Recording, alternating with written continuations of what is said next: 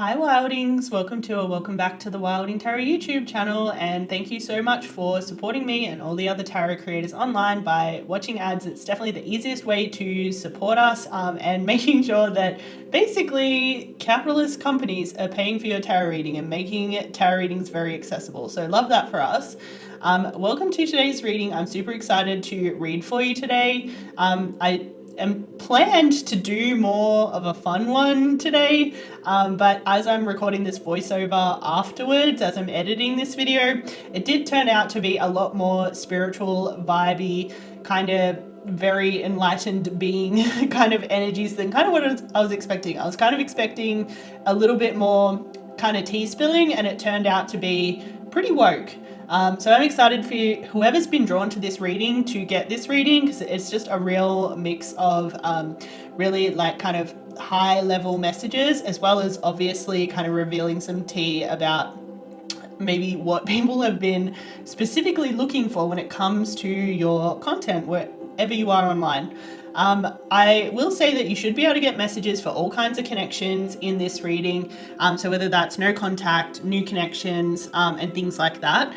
Some of the readings, the energy leans more heavily to one or the other, so I do speak to that, but just bringing your intuition and your own discernment to kind of re-clarify anything I'm saying to fit your specific circumstance, and knowing that your inner guidance can translate very easily into another format if the main energy of the reading is like not quite aligned, but you know that you're in the right place. So like really trusting in that will be really important. I know the two first piles do turn out to be a bit more of a lot of history kind of readings, and the last one definitely feels a lot more fresh and new. So you can head to those readings based on that alone if you wish. But if your intuition is sending you to a different pile, even though you might be in a different situation, know that there'll be messages for you there. You'll just need to use your intuition and discernment a little bit more. But based on how these readings turned out, I expect everyone coming here will be definitely intuitive enough to be able to figure out what's what with all that sort of stuff. Like I really trust that your inner wisdom will be able to translate these collective readings into something really applicable, and you'll be able to get a lot out of it. So yeah, I'm definitely excited to bring you this video today. I do ramble a little bit about social media and just like some of the things that I've been doing with this channel in the beginning. So if you want to stick around for that, you can listen all the way through. Obviously, I will also give you little bits and pieces about how to get the most out of this reading, and kind of more details about how I broke up the reading. Obviously, from a place of foresight rather than hindsight, I'll be telling you about that. So yeah, for the next part, we'll talk about how to get the most out of this reading, and then you can head to either pile 1, 2, or 3 for your messages for today. So without further ado, let's get into the about/how-to.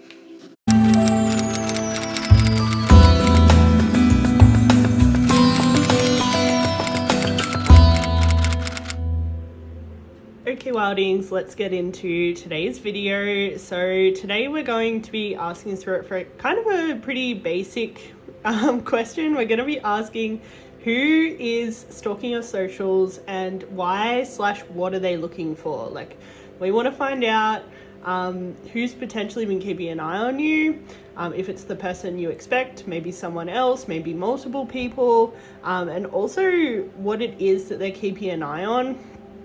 And maybe why they're keeping an eye on it. So hopefully we get some tea spilled in this video, or I'm hoping to anyway.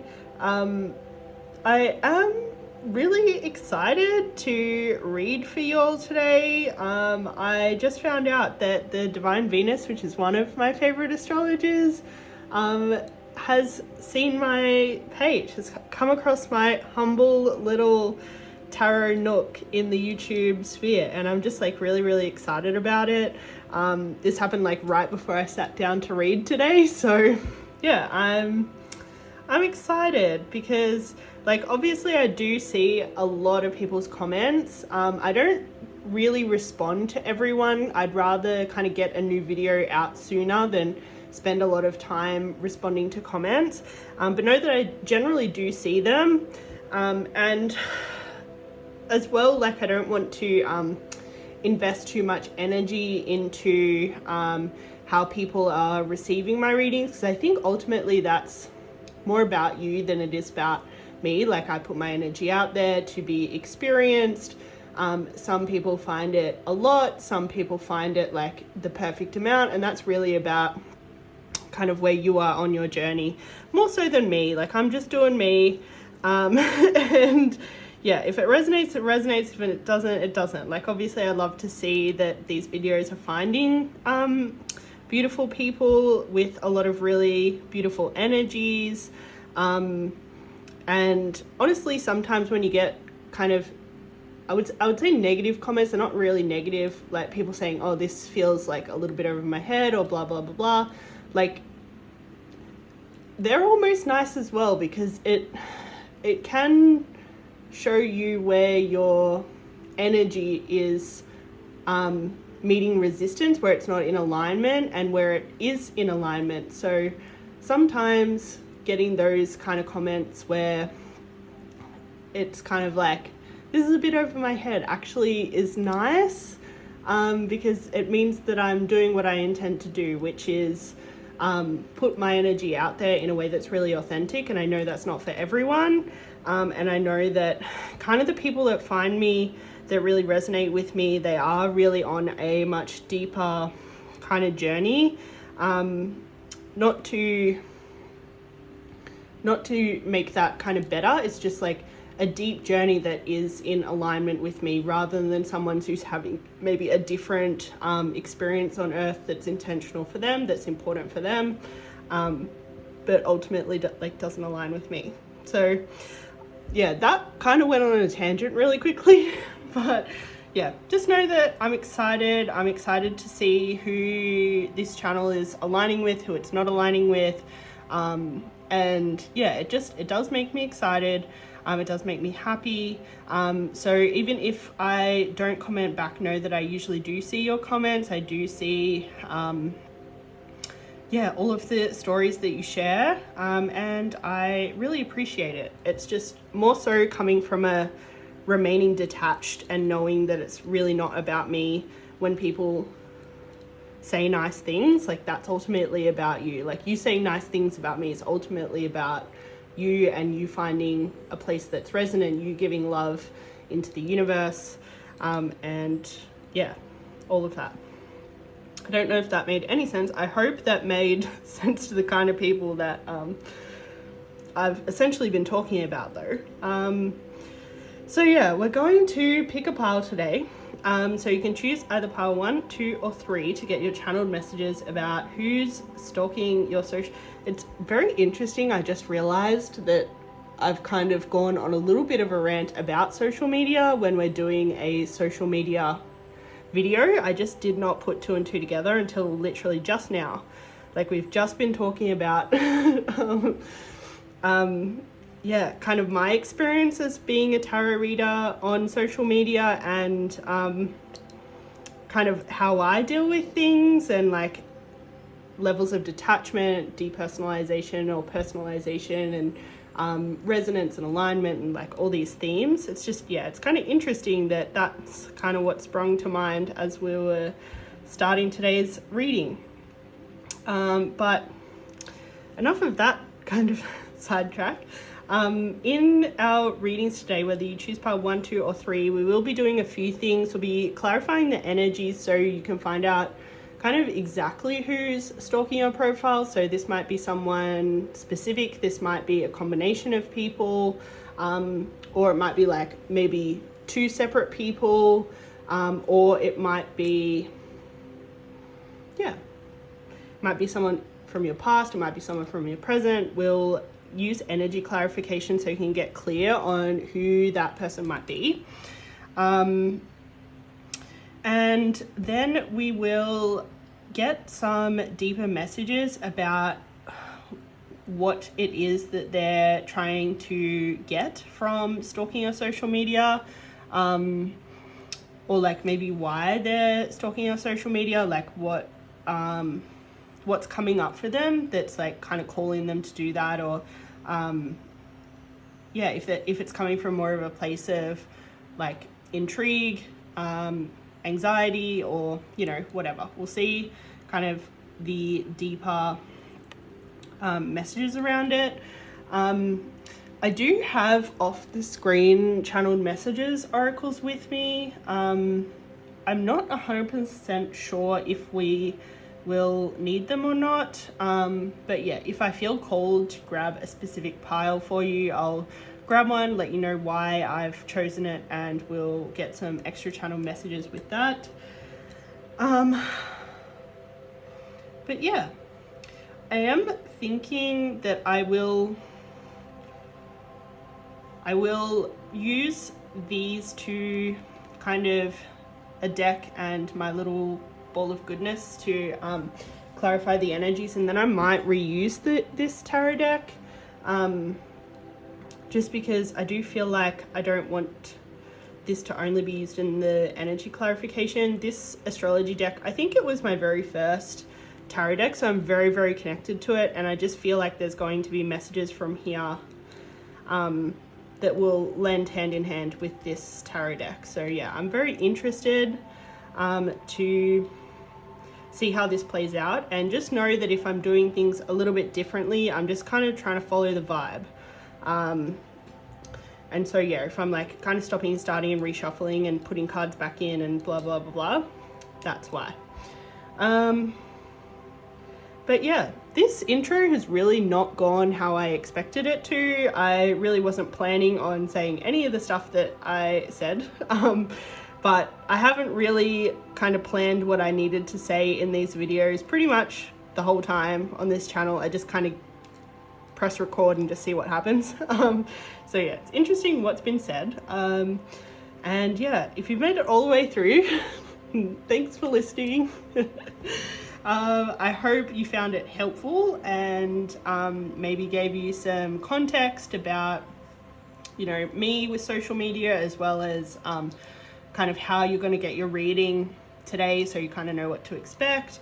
But we'll jump into the reading now. So choosing either pile 1, 2, or 3 to get your reading today.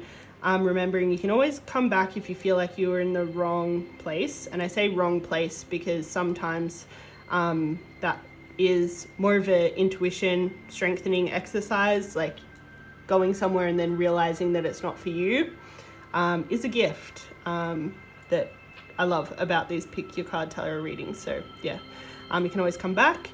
If all of my chattering has been distracting and you're not 100% sure where you're going, I will leave you a little kind of freeze frame to either pause on. You can screenshot it, you can zoom in, you can do whatever you need to do to choose your pile. You can meditate on it, whatever. And wherever you end up, I'll see you there in a moment.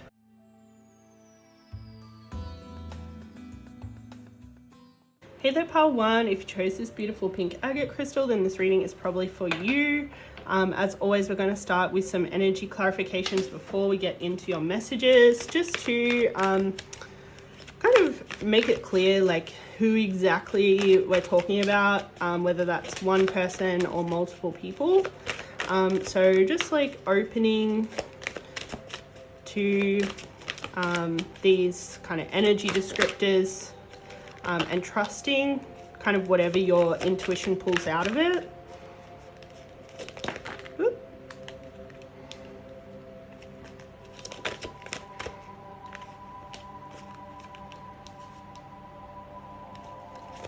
We have more energy clarification about who's looking at pile 1 stuff, please.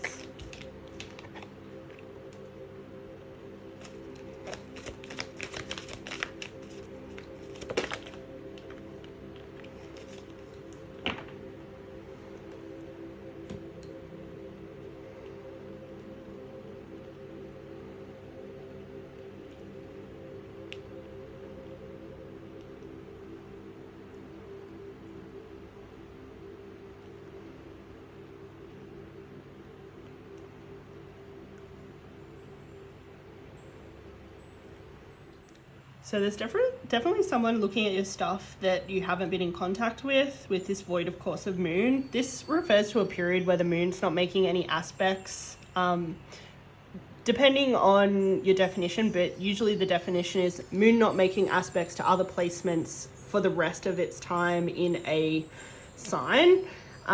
So yeah, there's been some sort of breakup or just like lack of contact or separation or just something where the two of you, for whatever reason, are not in communication. There's been this void of course of moon between the two of you. Definitely in the physical, this void of course of moon can also mean maybe there's been like an emotional kind of divide if the physical is not resonating, because the moon signifies our more emotional world energy.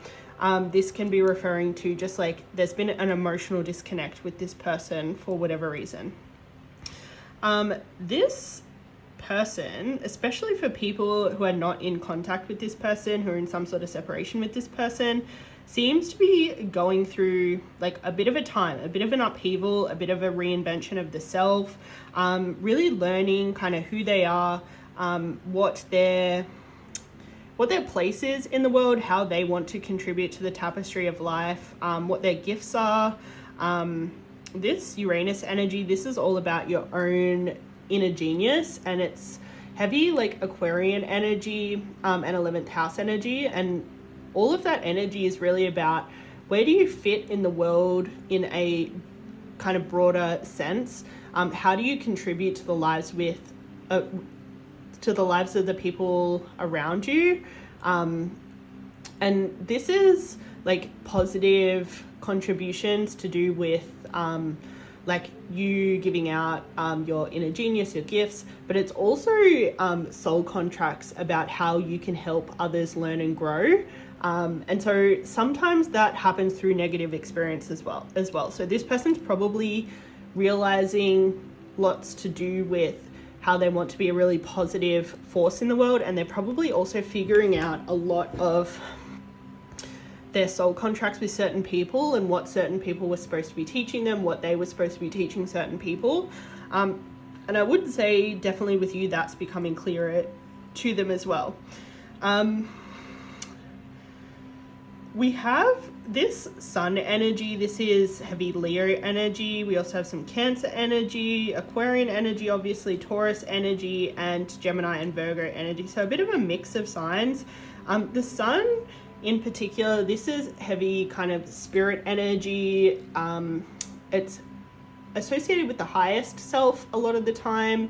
But it also has this shadow of ego. And I would say that this person's probably becoming aware of some ego stuff in terms of what was contributing to them making the soul contracts that they made, whether positive or negative, in the end that impacted other people.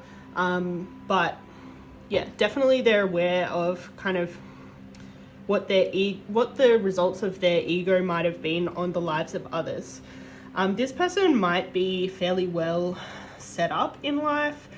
They might have a lot of the creature comforts, probably are pretty solid in terms of their work, house, kind of day-to-day lifestyle routine. This might be also someone who's working from home at the moment.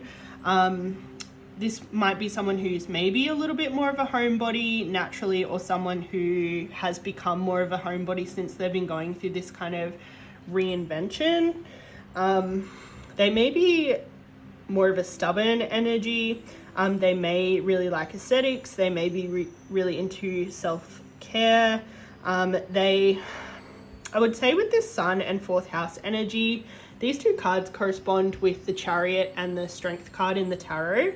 And what's interesting about these two cards being really close together is that in the tarot, we do move from the Chariot to the Strength card. So the Chariot is really about uncovering a lot of our family of origin, our roots. So that has a lot to do with like really positive things like culture, and you know, kind of like what your family mission is. But as well, there's this other side of it that has to do with your conditioning, your patterns, especially any like false beliefs that might have been instilled in you through the vehicle of your family, whether that came from your family or it came from kind of society more broadly and was like kind of funneled through your family to you.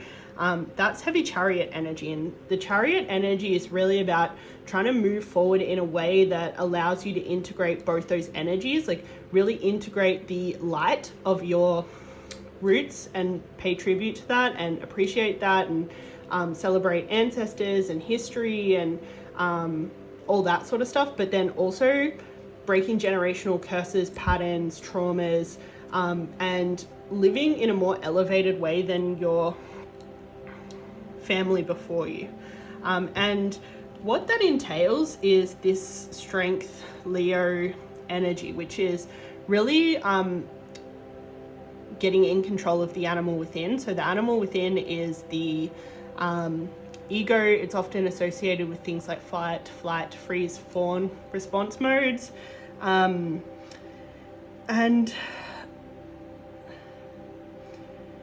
in order to like really move forward with this chariot energy, this Leo energy, this strength card energy really needs to be kind of managed. So you can become aware of that kind of line with this chariot energy, but you don't necessarily kind of get it together until you get that taming the inner animal within energy first, because you can't really pay tribute to your past in a positive way as well as breaking generational curses until you really are empowered within yourself, and you can move through the world with very conscious awareness of like all of the kind of reactions that come from within, and kind of reparent yourself to turn them into responses.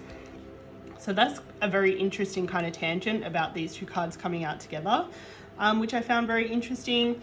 So I would say this person who's stalking you, this feels like a person who's on a spiritual evolution. They're possibly like really waking up. Maybe part of the reason why the two of you aren't in contact is because they're going through this like huge upheaval when it comes to basically their whole foundation. These are very foundational energies, thinking about like kind of your basic security, your kind of home and history, and then your kind of will and direction forward. Like there's a lot going on for this person in terms of like reinventing their past essentially. So yeah, that may have something to do with why they're keeping tabs on you, especially if you are a spiritual person, especially if you're going through something similar, which I would say some of you definitely feel like you are. They might be keeping tabs on you to kind of either keep them motivated, keep them directed, but we'll get kind of into more specifics soon. We'll first just add some extra energy clarifications to see anything more about this person, especially if you're not 100% clear on who this might be yet. So here you're really looking for like about half of these to resonate. If it's around exactly that 50%, like part of your reading might be in this reading and part of your reading might be in another pile, so you can always head back if that's the case. If you're resonating with most of them, then you'll know that you're in the right place. Okay, so first we have storyteller. So this person's probably really captivating and charismatic. They may be very short in comparison to past partners, in comparison to kind of general height standards for whatever their gender, ethnicity, all that sort of thing. They may have more of a lover archetype. There's this real compassion here that definitely feels like it's coming from this Cancerian Taurus kind of energy. Adventurous. So this is kind of a bit more Leo energy, I would say.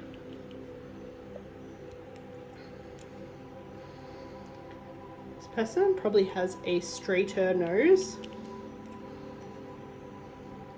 They're very compassionate. This is this heart-led kind of sun energy.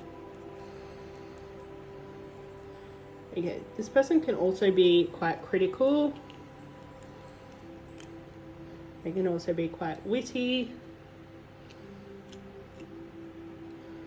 This person may feel like more of a guide or prophet. So Jesus is a really good archetype of the prophet.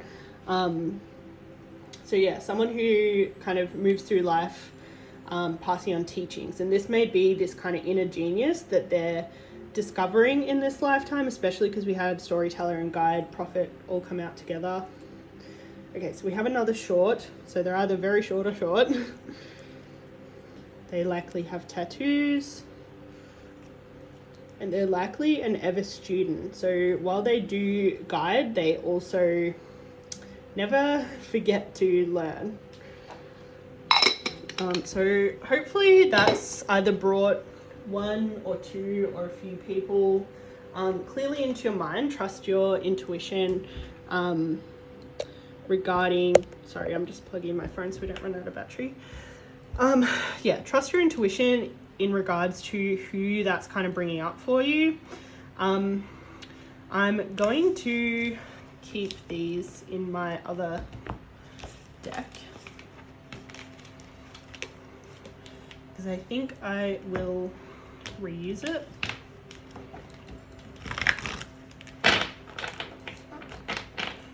Potentially in this reading. We'll see.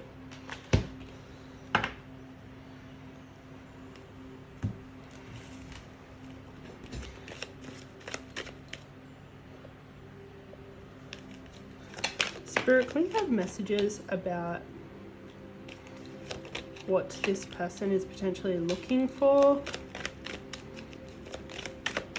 when they're stalking? Pile 1, please. Can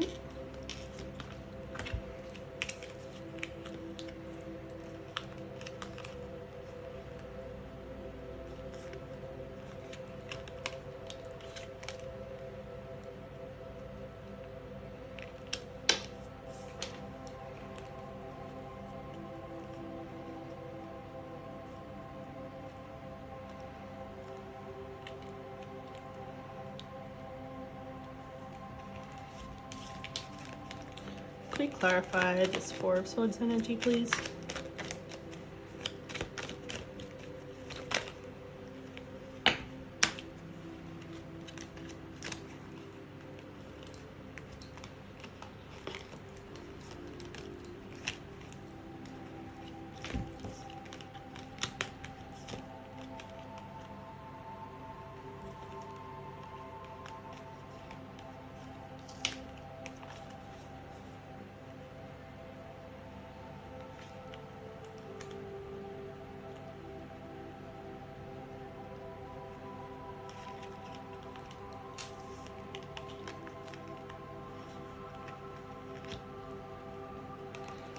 There's a lot of messages that are wanting to come out here.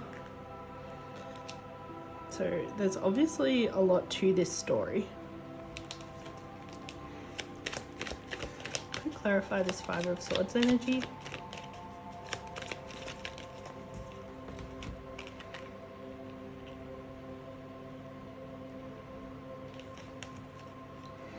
And the King of Swords, please.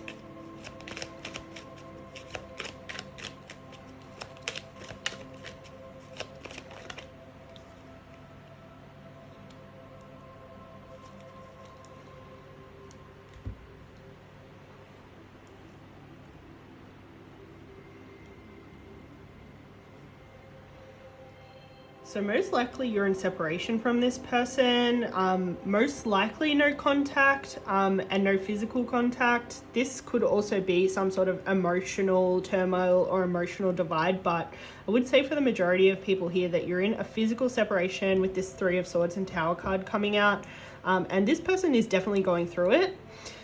We have a lot of 6s, 4s and 7s coming out. And so what's interesting about those numbers in Kabbalah Tarot is that 4s reveal stability, discipline, structure, form. It's associated with the home, the house, and kind of creating a really stable foundation. We also have 6, which is a number of beauty, balance, integration, kind of awakening of consciousness. And then 7s represent victory, so strength, determination, and concentration. So those are kind of the themes of what this person's unraveling, what they're going through, and why they might be keeping tabs on you. It seems like they're kind of using you as a bit of an anchor, a bit of a direction about essentially where to go and what foundation or base they're trying to build. So essentially they're trying to build with you in mind, especially because we have this 4 of Swords and 4 of Wands energies in this corner, clarified by the Page of Swords. So it seems like this person's like, they're not 100% certain even where they're going, but essentially they're trusting your energy to help them get there. And there seems to be this kind of certainty within them that they want some sort of renewal of the self, some sort of reinvention of the self, some sort of like more stable and secure, especially kind of in their thinking and their perception and their kind of conscious awareness. And most likely, essentially what they're working towards is putting a ring on it or making some sort of very official, formal, stable, long-term commitment with you with this 4 of Wands. This is traditionally a harmony and marriage card. So yeah, it seems like based on everything they're going through, there's a lot of things that aren't clear to them.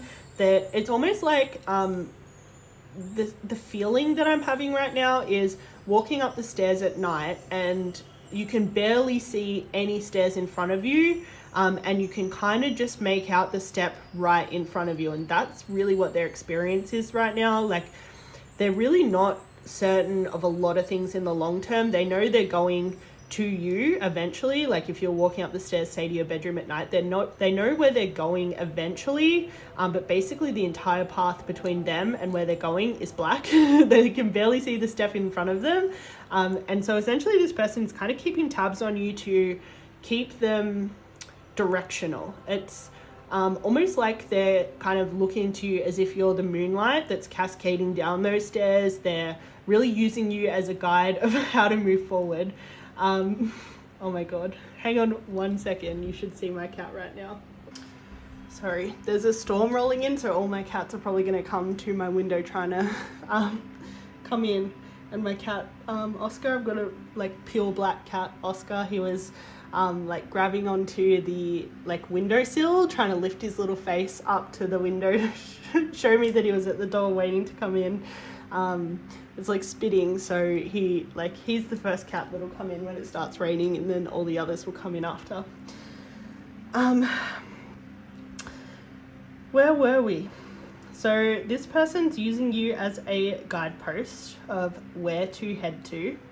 And I'm sensing that kind of how they know to follow you is there's this kind of beauty and kind of magnetism about you. So we have all of our 6s clarified by the Queen of Cups. So the Queen of Cups is a very calm, intuitive, feminine energy. She's most related to Cancerian energy, very 4th house of the home, very maternal. She's definitely maternal in a different way of the Queen of Pentacles. The Queen of Pentacles is a mothering kind of provider energy, like a much more physical embodiment of mothering energy, but the Queen of Cups is more of an embodiment of like, to me it feels like kind of almost Mother Earth energy. Like it's bigger than a physical family. It's a real integration with life, with Mother Earth as we know it. It's kind of like if Mother Earth has kind of rivers of consciousness, that's Queen of Cups. Like, Queen of Cups is the water that covers most of Mother Earth's surface, and represents kind of that kind of like watery consciousness within all of us that's very intuitive, very psychic, very romantic, very relational, very responsive as well. Like, the ocean sometimes will be totally calm one day and like wild the next. Like, it flows with life really well, and it seems like this is the energy that this person sees you as, and this is kind of the energy that makes them sure to trust you, because they know that while they may not be able to see the next step in front of them, they can rely on you to know where you're going. Like, it seems like you always know where you're going. So the Six of Cups and the Six of Wands are interesting energies. The Six of Wands is a Jupiter in Leo energy. So Jupiter's all about expansion and kind of challenging yourself, stepping out of your comfort zone, and being willing to grow. Whereas Leo is all about kind of confidence, being in the limelight, and kind of similarly like stepping into the spotlight and not being afraid of where you're going. And so this energy is kind of like a feel the fear and do it anyway. And it seems like this person, there's a lot of fear with kind of following the unknown, but essentially they're trying to embrace it and do it anyway and just kind of almost follow your lead. This Six of Cups energy, this is a Sun in Scorpio energy. And this is really about learning from the past and moving forward with more consciousness, more intention, and being able to imagine a bigger, brighter, better future for yourself than potentially what your family, your past might have experienced, like breaking generational curses in terms of limitation, and also being able to move forward without conditioning and illusions that might have kept your family of origin small, that have kept you small in the past, that have kind of stopped you from even beginning to imagine wanting more. That's all Six of Cups energy. So yeah, this person's using you as a guide. This is definitely especially true, I'm sensing, for anyone that's been posting spiritual content on social. So if you've been posting on any social media, whether it's TikTok, Instagram, blogs, whatever it is, spiritual content, this person has been paying particular attention to it, because yeah, they're really using you as this guidepost of like where they need to be. Yeah, and they're essentially using what you're putting out in the world as steps forward, because the two of you aren't in contact right now. This person's definitely going through some stuff. They're doing some shadow work. It seems like to me what they're trying to do in particular is move from this Page of Wands to King of Wands energy, because we do have like kind of the full progression of the masculine through the sword suit essentially. So they might be very air dominant. We did have some Mercury energy kind of clarifying them, and we know that they're quite witty and critical and astute and things like that. So there's definitely a very mentally active component to this person, and they're trying to grow in that realm to be a more mature version of that. So the Page is usually fairly naive, but very curious and willing to follow their curiosity, especially if it feels like it's going in a good direction. The Knight of Swords, usually this is where someone gets a little bit more opinionated, stubborn, and definitely finds what they're passionate about, especially any kind of things that pique their mental interest more so than anything else. That's where people kind of find this energy, and this can be where conditioning can get them stuck because they're not yet in their consciousness hasn't fully matured into the relative thinking. Like, they probably still think fairly black and white, whereas when you become more mature, when you more move into this King of Swords energy, it's really about being able to see all of the shades of grey and see how usually two sides of every story has some truth in it, as well as some projection or falsehood, or just like something in the shadow that's not being witnessed for whatever reason. So yeah, it does seem like this person's going through a big kind of mental upgrade, especially because they came out in a triangle, which is a powerful shape.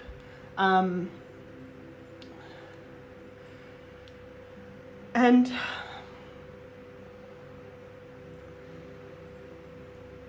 I'm sensing that they're also trying to be maybe a bit more courageous.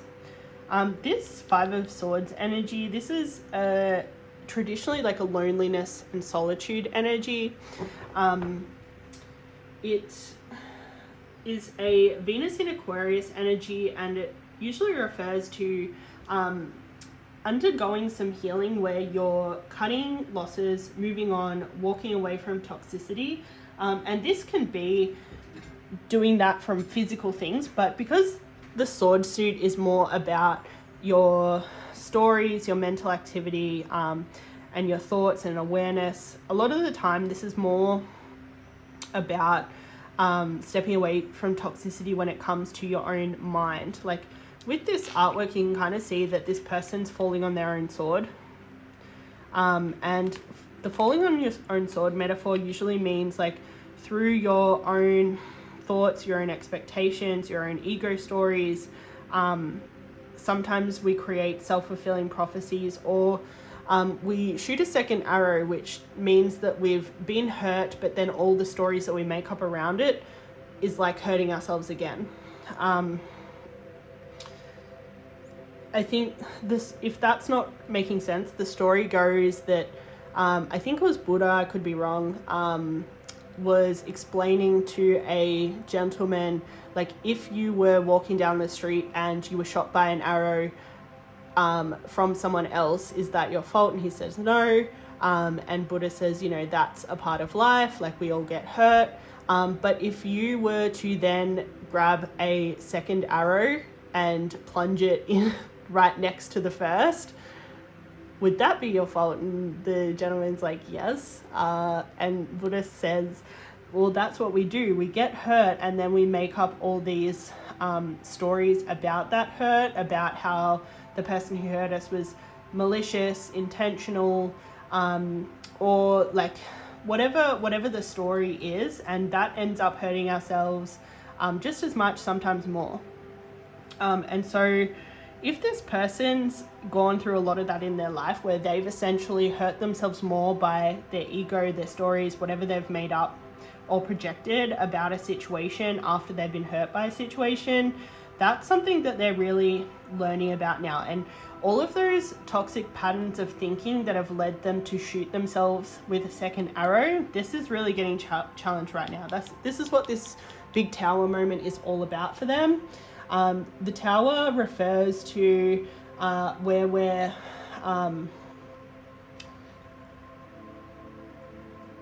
something needs to be destroyed in order to make space for something better.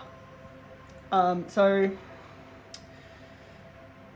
it's also about passion. In Kabbalah Tarot, often the Tower card actually refers to making some sort of passionate communication, also not being afraid of any conflict but by which that communication might incur, as long as you're being mindful about how you're communicating, like communicating from a place of integrity, but also not being concerned if it hurts someone else, and knowing there's only so much that you can do in terms of like speaking with integrity to not hurt someone. Like, there's an element of you allowing them to take it however they're going to take it, and knowing that the important part is to speak, communicate, and put out into the world what's essentially true. This is heavy Mars energy. It's about like really bringing things out, bringing things up, not letting things kind of be swept under the rug, and really addressing any issues. And Mars rules the Tower card. So yeah, I would say with these two energies coming out together, maybe in the past this person would they'd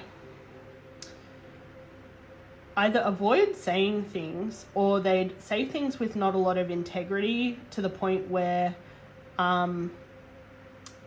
they'd end up hurting themselves. They'd end up shooting themselves in the second arrow, because they're not kind of addressing all of the underlying maybe traumas or conditioning that led them to have whatever story about whatever situation. And yeah, so then they're going into this communication energy in a very Mars aggressive, destructive way, rather than going into this energy in a very aware way, which essentially you really need to be able to use this Tower energy as best as possible. Okay, so we've got a lot of shadow work, a lot of Tower moments, especially to do with like thinking, communication, and it seems like it's important that this person is in solitude working all this out right now. This is a solitude card, this is a solitude card, this is a solitude card. We also have some sevens here, and sevens, as we mentioned, are a big victory energy. They're all about strength, determination, concentration. So it seems like a lot of this separation energy is very intentional for this person to essentially come out on top. Because potentially, as we were kind of talking about before, that maybe in a bit more of a black and white thinking mindset right now. Yes, they're heading towards this King of Swords energy, but they're still doing work to do with that. And while they're in this black and white thinking, being around anyone that triggers them too much potentially is not going to end well. It's potentially going to perpetuate this same cycle of kind of unconsciousness until they can sort of start to really up-level their thinking and really take other people's perspectives into consideration and not be threatened by an alternative perspective. Because the Knight of Swords, often he kind of needs one person to be wrong and one person to be right, whereas the King of Swords, they're more of the relative thinker. They understand that there's some truth in each version and there's some falsehood in each version. Neither is entirely true or entirely false, but our experience of something being true and false is more relative to our whole life, and what got us up to that point, more so than an ultimate truth or an ultimate falsehood. So yeah, it seems like they are probably more in this energy now, and they're still trying to mature in a lot of ways. They're still kind of doing the work to try and come out on top. It seems like one of the things that they might kind of have together so far is financial success, lifestyle success, things to do with their physical environment. With the Seven of Pentacles, this is a Saturn in Taurus energy, and it's really about facing what's not working, having the courage to set a new course, and then really following that course with a lot of kind of integrity, determination, without putting kind of ego blinders on. It's kind of like being open while also being very intentional and working really hard. It's a very interesting energy. So it seems like they're kind of really getting it together in the physical a lot. That seems important to them. The Seven of Wands, this is traditionally a competition and defense energy. It's a Mars in Leo energy, and it's really about trying to choose your battles wisely, and being really well prepared for your battles, knowing that you can call on divine protection to support you through anything that you're going through, and trying not to let your ego ever motivate you, especially motivate you into something very destructive. You can probably... So in the artwork, it's very similar to traditional artwork. There's usually one kind of victor taking on 6 opponents. So when it's upright, this is usually a sign that you're taking on exactly how much you can chew. Sometimes when it's in reverse, it's about taking on more than you can chew and coming from more of a place of ego rather than kind of knowing that you can handle it from more a higher consciousness point of view. So yeah, I would say that this person knows that they can't get into a connection with someone while their ego still has a lot of say, and while they're kind of not seeing things in the shades of grey enough yet. Yeah, there's some kind of, they kind of know that they're gonna get in trouble if they were to reach out right now. They know that the separation is important for them. And so, yeah, they're definitely keeping tabs on you in a very removed way, just based on everything that they're going through. Now, like, does it seem like they have a valid reason to be wanting to be in their own energy? Yes, absolutely. I think it's so valid to want to kind of be in your own shadow work and doing your own thing for a while. But if this is someone that you're really invested in, that doesn't mean just because you can see their point of view and like where they're coming from, that doesn't mean that has to be something that you accept for yourself. Like if you don't want to accept that they're doing their own thing for themselves right now, like obviously you kind of have to accept it because it's reality, but you can accept it in a way that you actually let that go and leave it behind you. Like that. There's an element of free will here. You do not have to wait around for them. You can like compassionately understand what they're going through and why they're doing what they're doing, even if they're not super aware of it consciously, but this is obviously what's going on, kind of from a higher perspective, and decide, hey, like this is cool for you, but this is not for me, and I'm going to leave this where it is. So just wanted to add that disclaimer that just because this is kind of what's going on, doesn't mean you need to wait around for them. But we're just going to get some extra messages about maybe what they're seeing on social media and or like kind of why they're coming into your account, maybe on a more of a 3D level.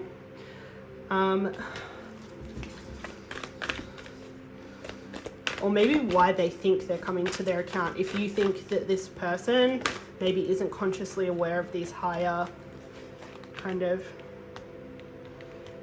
meanings.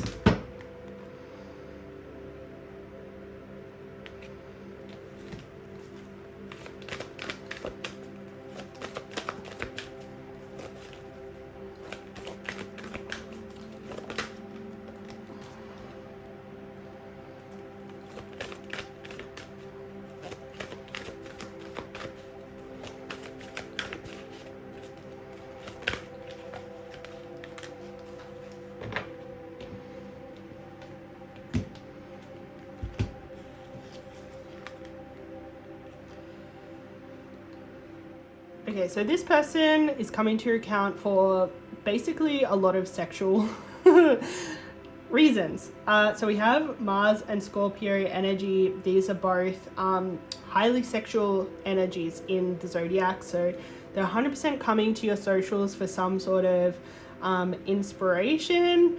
If you have a lonely stance, I would not be surprised if they're subbed, maybe under a different name, especially if you're in a no contact situation. They're keeping a tab on you sexually for sure. There's an element of like this dreamy energy. So they're either seeing you as like this dream partner, this dream person in general, maybe this really spiritual energy. This is like a very high octave kind of Venus energy. It's like kind of the Venus, the feminine, like on steroids. Like it's someone who's very spiritual, very woke, very perceptive, very intuitive, just like it's almost like a Venus energy that's unreal, which is also why there's a illusion side of Neptune. Yeah, that I can see them like definitely fantasizing a lot. They're also coming for like figuring out some karma, it seems. Like I think they're trying to like mentally work out some stuff that has gone down between the two of you with this South Node energy. Maybe trying to figure out how you feel, kind of how what went down between the two of you may have affected you. And yeah, they're just kind of keeping tabs. I would say with this South Node energy, you're probably more of an X energy with this person. And they're essentially keeping tabs on the one that got away kind of energy. And in a similar vein to this Neptunian energy, we have fourth house energy. This is maternal energy. It's very feminine energy. It's a feeling of like comfort, home, security. So yeah, this person's coming to you for this very kind of feminine, grounded kind of energy. And also, like, obviously we've talked a lot about them coming to you for very spiritual reasons, figuring out kind of this distinction between their light and their kind of purpose, their expansion, as well as their ego, their shadow. And this Sun card really embodies both of those opposites that we've been talking a lot about. So yeah, they're definitely coming to kind of keep tabs on their own spiritual progression with kind of their light and their shadow. And they're really using you as kind of a yardstick of like, when I'm good, it seems like they're thinking when I'm good enough for her, it'll all kind of fall into place. And they're kind of using you as this yardstick of like kind of where to go with all this energy. But yeah, that's what it seems like they're mainly coming to account for. Is there anything else?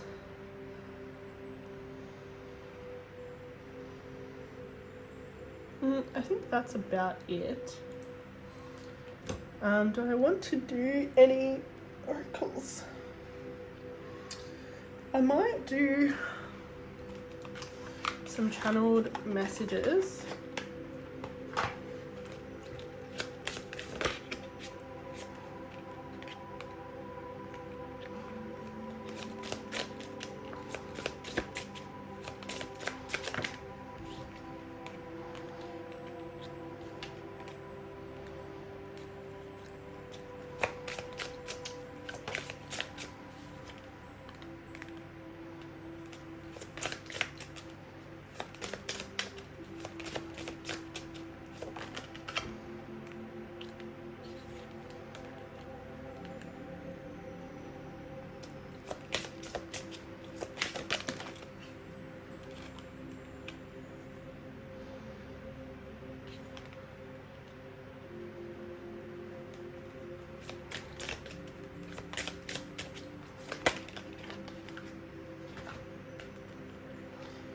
So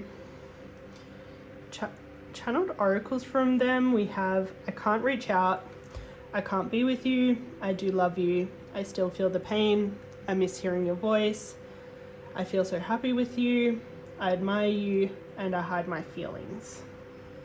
So yeah, that's basically all of the things that they wish they could say, I would say. We'll get some more oracles just for you to kind of take away. We'll focus a little bit more on you, I think, in the oracles. Okay, so the oracles are asking you to surrender, especially to, like, just, yeah, really accepting things, letting the chips fall where they may. And even if you feel like you're on the path with that, potentially there's something that you're holding on to right now, like what can you let go of? Seems like things are coming into fruition. You're probably coming into more of your personal power than you have in the past.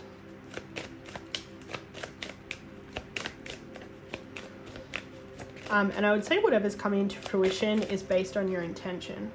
Yeah, there's definitely some beautiful, magical life things falling into place.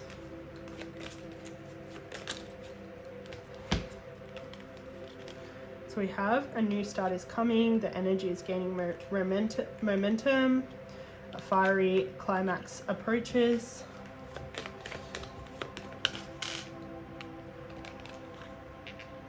And expect powerful change.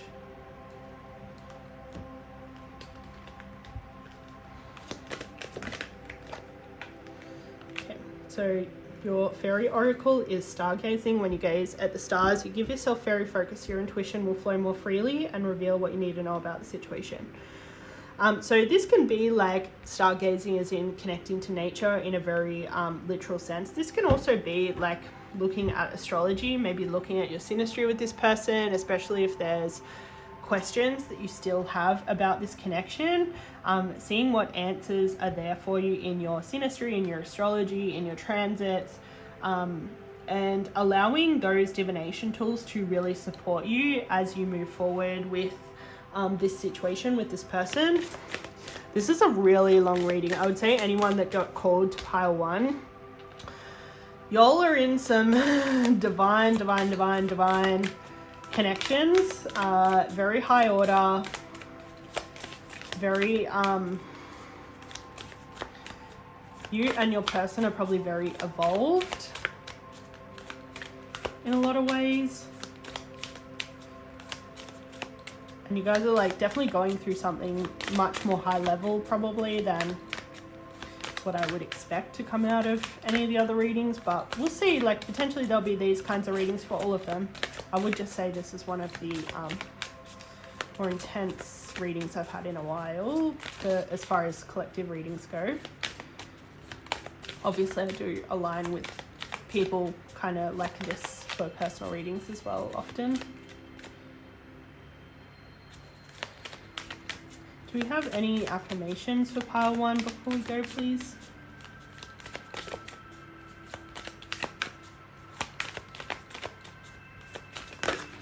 Okay. So take this yin-yang symbol however you wish, but we have the universe and my inner self are harmoniously balanced. So yeah, that's definitely something you can affirm to yourself, something you can trust in as this process unfolds for you. But it has been a pleasure reading for you. This has definitely been a very interesting one. Thank you so much for making it all the way through to the end. I really appreciate your support. I appreciate your likes, your comments, your subs. And yeah, hopefully you found this reading helpful. I hope it entertained you at the very least. And until I see you again, ciao.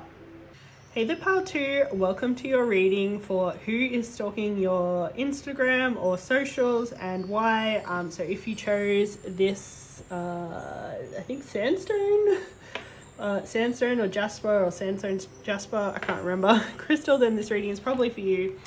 We're going to start by clarifying the energies using our astrology deck and a little jar of magic.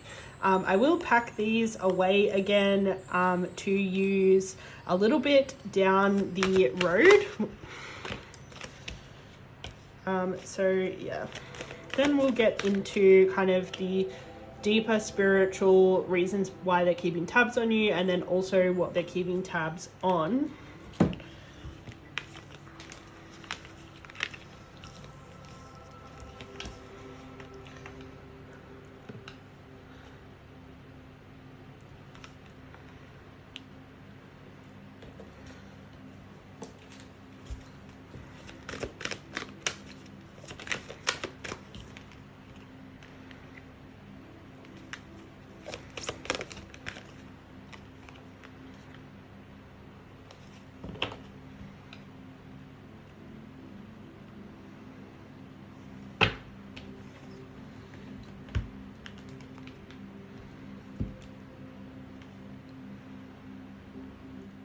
So the person who's stalking your account is probably either much older than you, or in one of their Saturn returns. So at about 29, 58, and so on and so forth. Just keep adding about 29-ish, 28, 29-ish years. And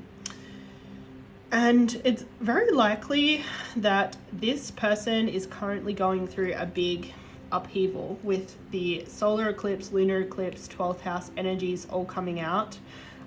So yeah, I definitely wouldn't be surprised if they're undergoing some sort of Saturnian event, even if it's a Saturnian like square or opposition to their natal Saturn. They're definitely going through a lot of change. Usually lunar eclipses happen at the new moon, and it indicates usually things being destroyed, like things really falling apart, and creating void, creating space where better things can come fill in the chasm. Solar eclipses happen at the full moon, so when the moon is, no wait, opposite way, at the new moon. This is full moon, and this is where this is change where essentially like you're kind of up leveling things that already exist. So it seems like anything that's holding this person back, anything that's especially holding them back from either godlike consciousness, unconditional love, alignment, especially to their highest self, is really being torn away. And anything that they're kind of on the right track with is really being kind of pushed to new levels, to new heights. So solar eclipses usually are kind of like definitely building eclipses, like it's taking what you already have and building upon it, usually giving you additional challenges to kind of strengthen your muscles to match that new energy. It's not uncommon, like the most common one is when you kind of in a business where you're really thriving, and spirit kind of gives you some sort of up-leveling kind of challenge that if you rise to it, you really take your business to a new level, whereas lunar eclipse energy is more kind of forcing your hand and shutting you out of a job, for example, that's not aligned with you. So they're kind of the differences between the two energies. It seems like both are probably happening for this person right now.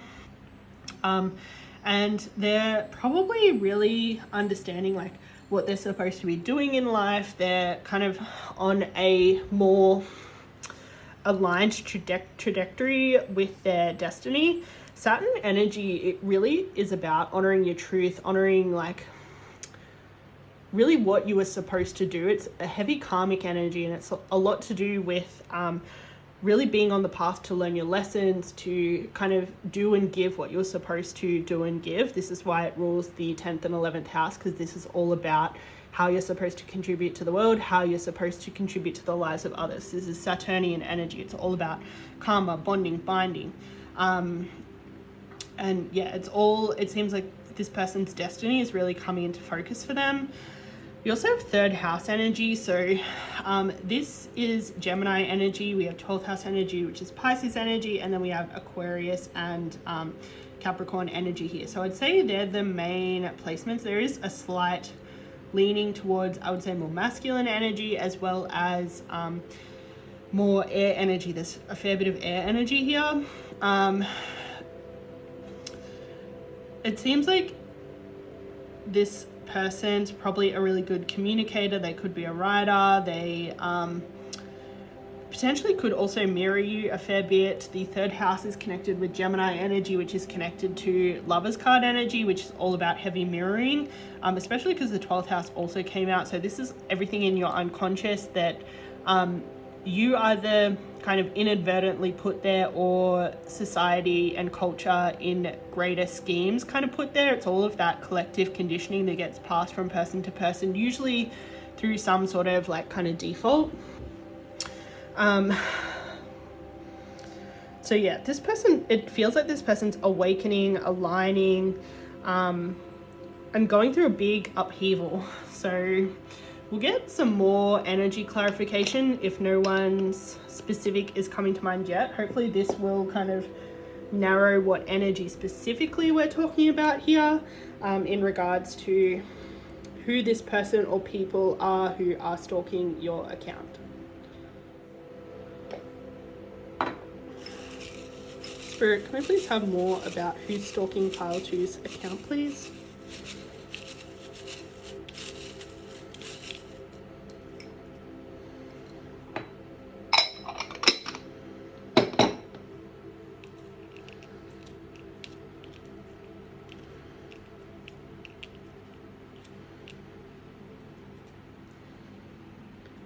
So this person might have a fairly heart-shaped face. That's someone with a slightly more pointed chin, and usually their hairline kind of scoops in.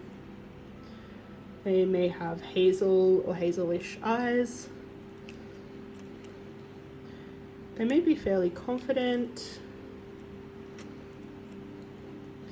They may have fairly thin lips, or just thin lips in comparison to who you date or your culture or something like that. Broad nose, or broad in comparison again. Genius, clever. So this is all this air energy. Hot-headed.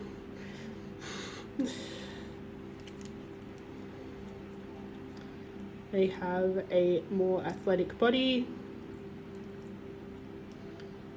Okay, so they may have heavily lidded or hooded eyes. Compassionate. Toned body, so if they're not athletic, they'll at least be fairly toned, or both. They have an artistic side. They may have a bit of a family orientation. So I will save these cards because we are going to use them again when we get a little bit more about exactly what they're looking for when they're having a squiz on your account. I will shuffle these properly in a minute, but I'm just going to leave them off to the side. But we're going to start with our tarot. We're going to start with a little bit more of the deeper messages about why this person is stalking your account. Like, we're looking for kind of more the either kind of background information, the spiritual information, more of the higher order information about kind of what's going on in this connection and why they're keeping tabs on you.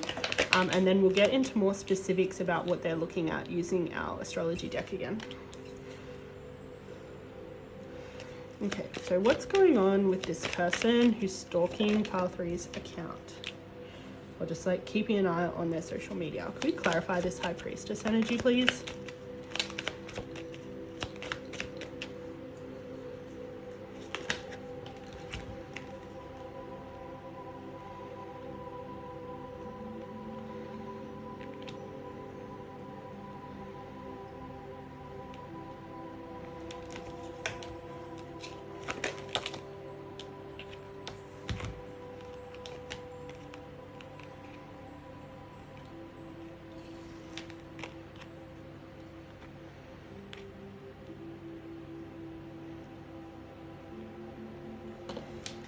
Clarify this Two of Wands energy, please.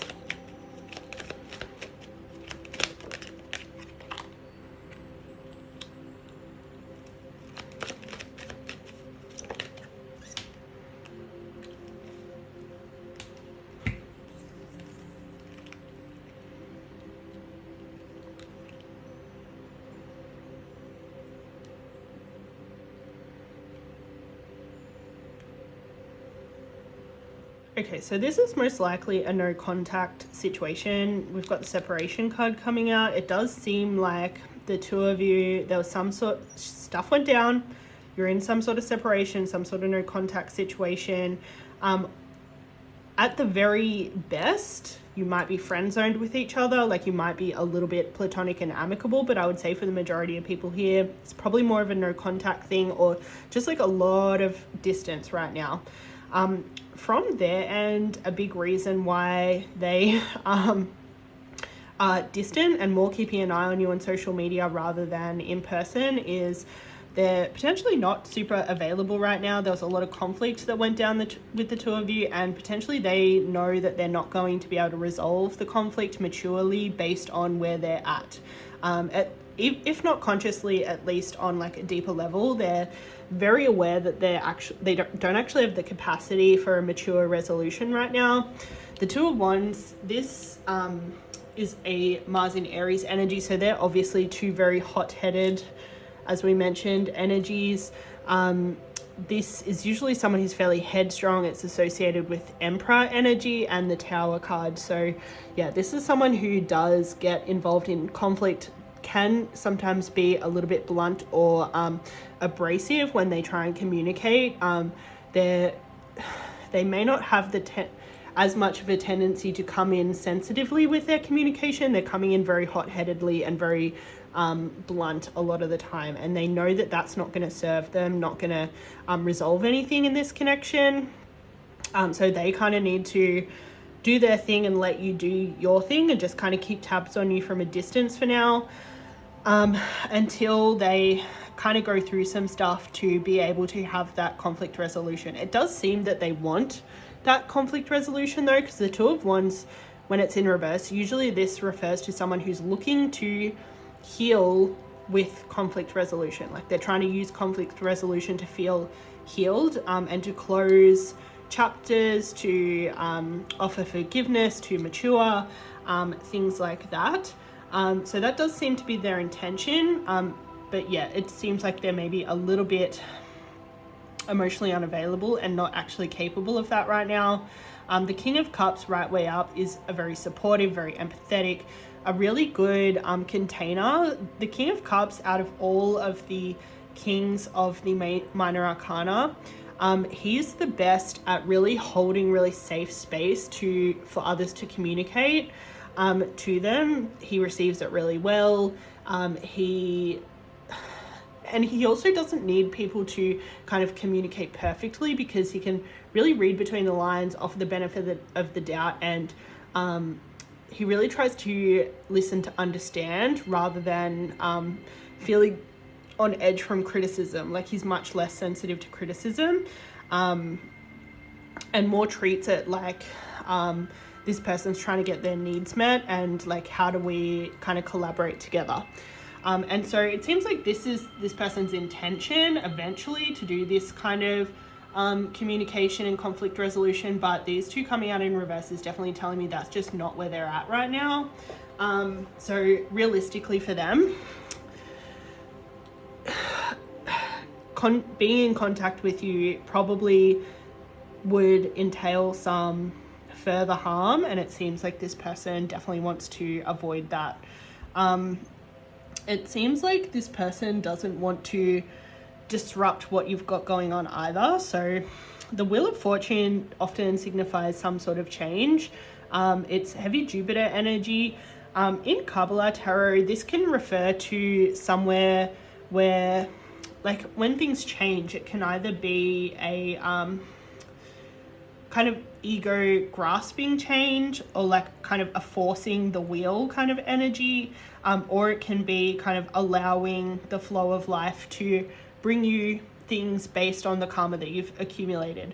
And it seems like all of these energies clarifying this Wheel of Fortune, it seems like this person thinks that if they were to reach out now, it would feel like more of a trying to force the Wheel of Fortune in their favor, when they think just realistically the karma that's been accumulated in this connection like wouldn't actually go the way that their ego wants it to go. So their ego does want it to kind of resolve quickly and easily, but they know that their karma isn't aligned with that. Like they haven't put in the work, and they're not energetically that person who would be able to kind of resolve this thing right now. So they kind of see you doing your thing, doing your shadow work, kind of working on yourself, and essentially they don't want to interrupt that, by the looks of it, with all these cards just coming out the way that they came out. The Hermit is heavy shadow work energy. Queen of Pentacles is someone who's connecting with their Mother Earth energy, Divine Mother, abundance, family values, lifestyle, routine. And the High Priestess is someone who's connecting with their consciousness, definitely lifting up energetically and through alignment. Someone who's very connected to moon, mother, maternal, magic kind of energy, and someone who's really exploring the depths of their unconscious, their intuition, and their inner knowing or voice. And it seems like this person, if they were to try and turn the Wheel of Fortune into their favor, into what they want, which ultimately seems like they want to be in contact with you, if they were to force that right now, they know that they would displace all of this work that you're doing and potentially set things back for you.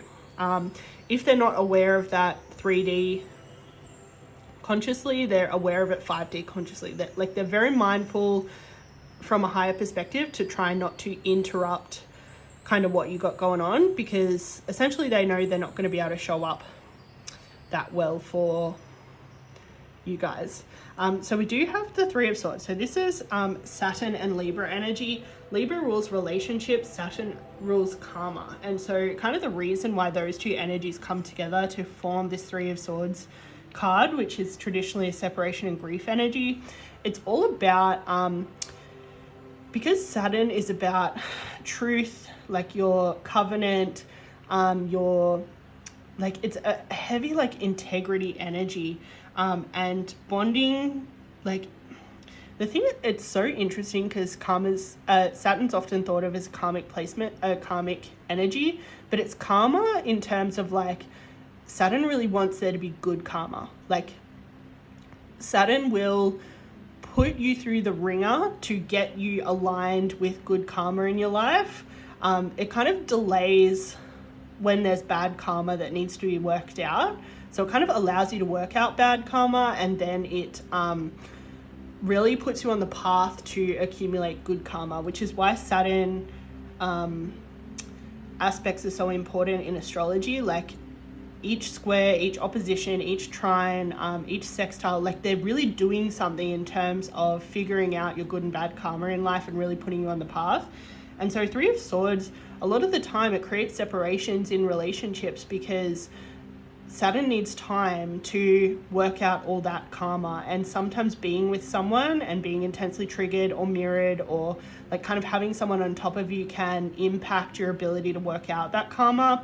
Like, a lot of the time we're put into connections where the purpose of the connection is to mirror, to show us things, but to stay in the connection would actually be detrimental in terms of working out the karma. Like, sometimes staying in the connection would actually enforce the karma rather than give you the opportunity to unwind it, especially deep karma, especially karma to do with family roots, real deep kind of ingrained 12th house, 4th house kind of stuff.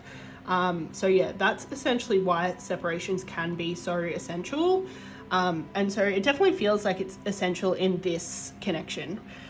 We do actually have a lot of three. We have threes of swords, wands, and cups. The only suit that we don't have a three in is pentacles. So the pentacles is the actual manifestation of things, and every other suit is essentially kind of working up to the manifestation of things. And what threes represent in Kabbalah Tarot is understanding. Three is also the number of creativity, divine feminine, harmony, and contemplation, like really being aware and aware on a deep level.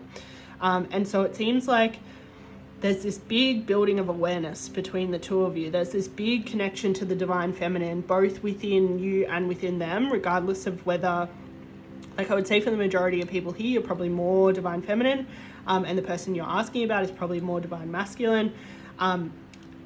What's interesting is it seems like there's some of this stuff is kind of toxic masculinity, and it seems like they really need to connect with their divine feminine in order to be a healthier masculine for you. Whereas I would say for you, you might need to also be connecting to your divine feminine, but just like in a different way. Like, you're using your masculine to support your feminine, whereas they're trying to use their feminine to support their masculine, more so at this time, it seems.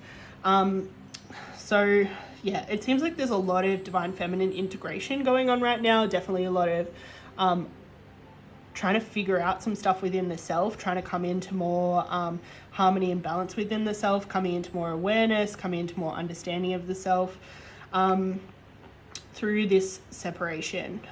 So I would say, again, at best, like, the two of you are platonic and amicable.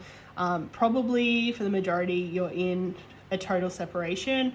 I would say for the people that are in a total separation, they feel like they can't even be there to support you in a friendship kind of capacity right now. They're probably a little bit too stuck in their ego, a little bit. I don't think they'd realistically be able to see you with other people, and definitely not see you kind of living your best life and succeeding without them, even though they know that you're totally capable of doing that.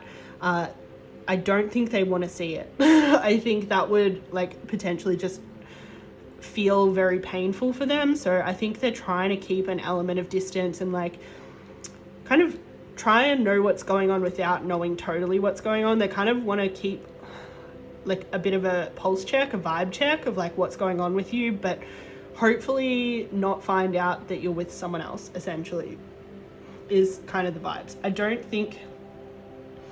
I think ultimately they want to end up with you. The Empress energy, this is all about, this is love energy, this is Venus energy, this is kind of very high octave Queen of Pentacles energy, like the two are very similar.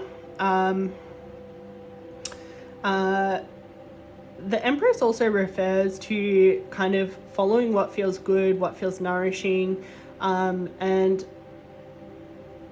using that kind of warmth, that inner knowing, that intuition to forge your path forward.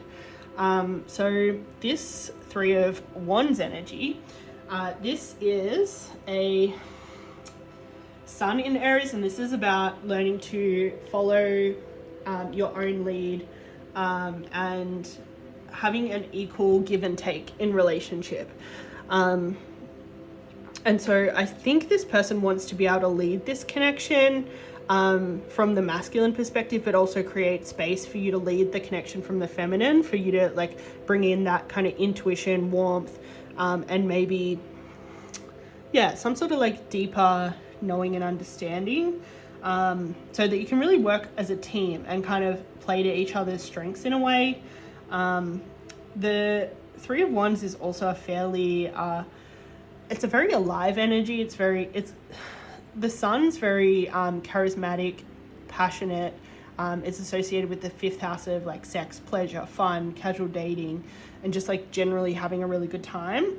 And then Aries is like very bold, very cardinal, like likes to get things started. So yeah, I'd say this person's like envisioning that kind of connection coming into fruition with you down the line. And they're just working out their stuff. They're letting you do your work, trying not to interrupt it. And they're trying to kind of keep tabs on you a little without knowing too much. So they're like trying to not hurt their own feelings by keeping too much of a tab on you. I'm sensing that they want to know like all of your personal growth, but they don't want to know where you might be feeling fulfilled with other people necessarily, because they do ultimately want you for them. So there's this, yeah, definitely a 3D element of them that's maybe a little bit jealous, and yeah, but we'll get some messages about maybe more specific about what they're looking at in the 3D when they're keeping an eye on you. So we have Neptune, 9th house. And it's going really dark, by the way, because we've got storms rolling in on the east coast of Australia. Where I'm at, it's not actually as wet as where it is everywhere else right now. But yeah, the storm clouds are overhead right now, so it's just gone really dark as we've been talking.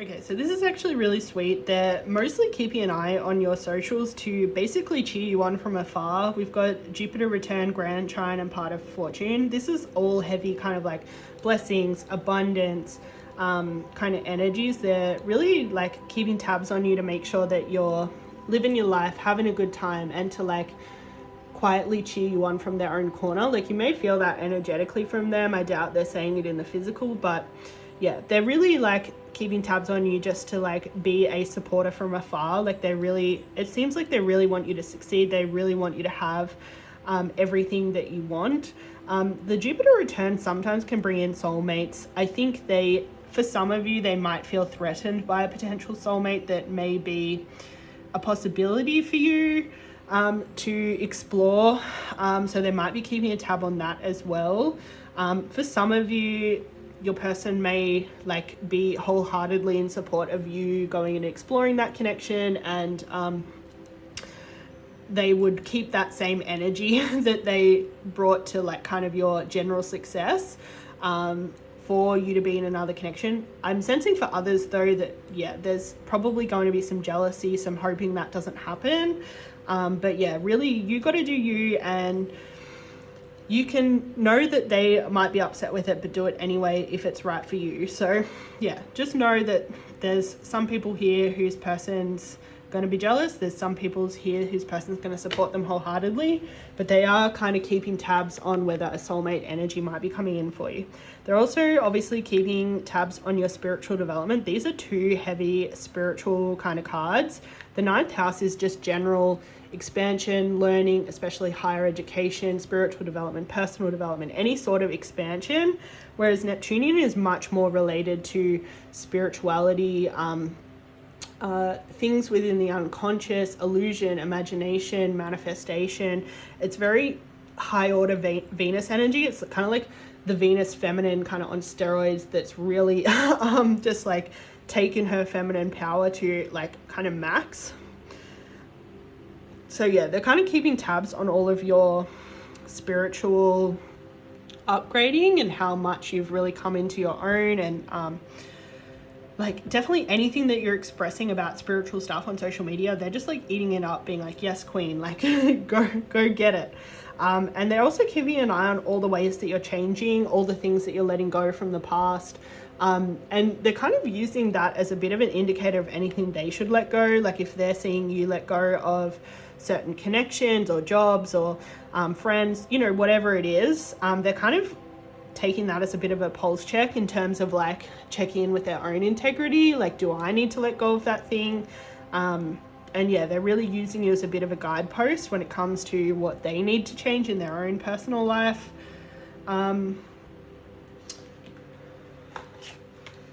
We might get some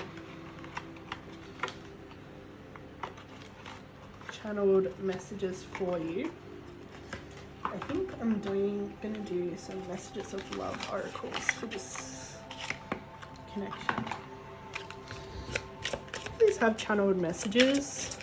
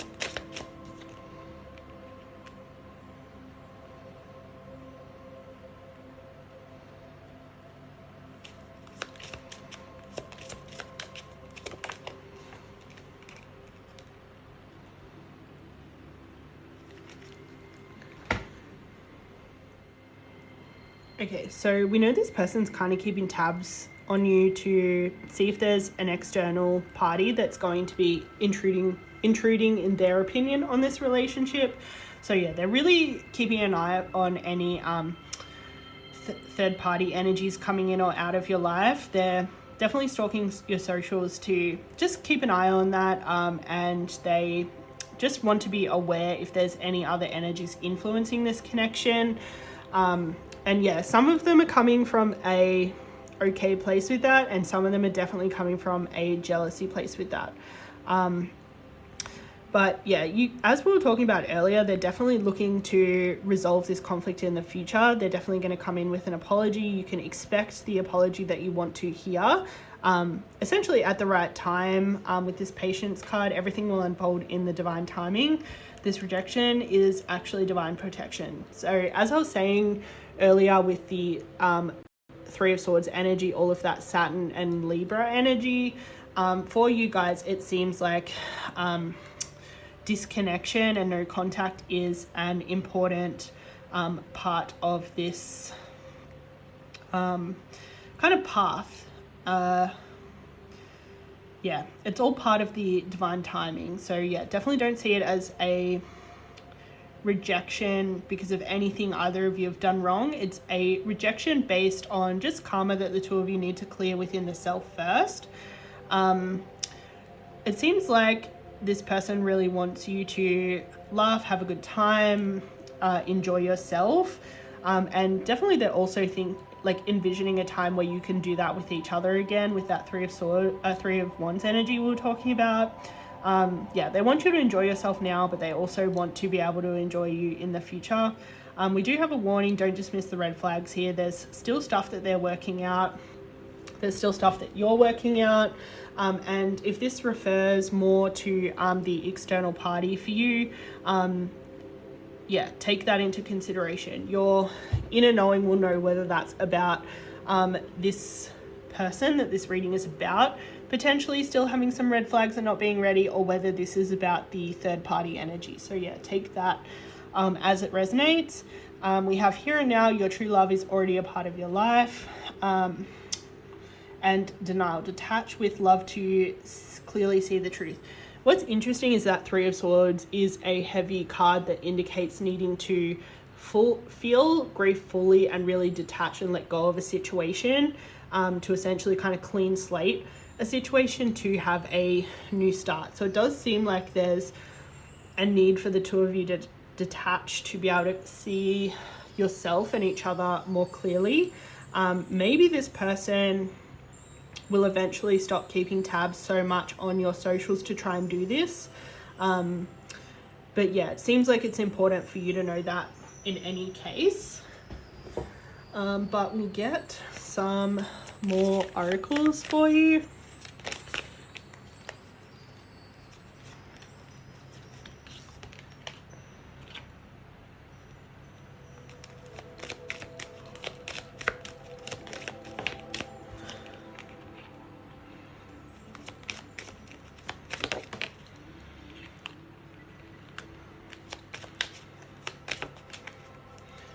So we have peace, beginning, surrender, and focus for you. I would say these energies are more for you than it is about this person. It seems like this is what's essential for you right now. Focus on you, focus on your inner peace, focus on not necessarily making sadness or happiness the goal, because each are equally absurd, but you're looking for that serenity, that really peaceful kind of base state, and then enjoying all of the other emotions that are part of the human experience from that base state, and like using that to return to, that to leap off from, and using that as kind of like your home to keep coming back to.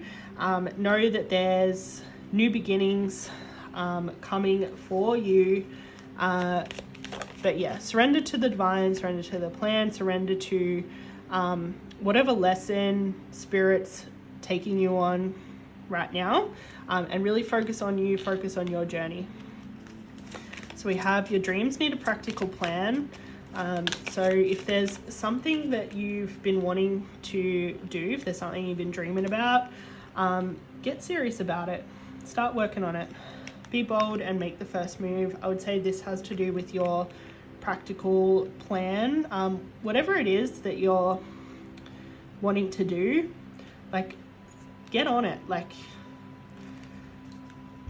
the full moon in Taurus, that's like a fixed earth energy. So that's like really kind of setting your intention and just like seeing it through. Then a cardinal moon energy is like really about being willing to start things and really face the fear and insecurity and all of that sort of stuff. It seems like it's important for you not to let your pride get in the way one way or another, whether pride overly disconnects you from love by disconnecting you from this connection, or whether pride is overly attaching you to this connection, in terms of like trying to fabricate some sort of like sometimes our pride can make us want to make a connection work right now with someone to prove that to prove something. Like it can be to prove anything, to prove that we're right, to prove, you know, sometimes we can't accept the energetic proof. We want the physical proof. So yeah, don't let pride get in the way. But yeah, it seems like whatever project it is that you're working on now, or whatever spiritual work you're doing right now, don't let pride get in the way, and just you do your thing. Just stay humble and hustle. Okay, so we've got find balance. So this is kind of a similar vein to this, like using peace as that kind of middle ground. Find balance between work, rest, and playtime. You will have more energy, harmony, and productivity in your life. Take a power nap. So yeah, take that as it resonates. We'll get a last little affirmation for you. So we have, I allow myself to rest and I reap the benefits of my hard work. I find it interesting that both of these refer to rest. Yeah, rest is so important.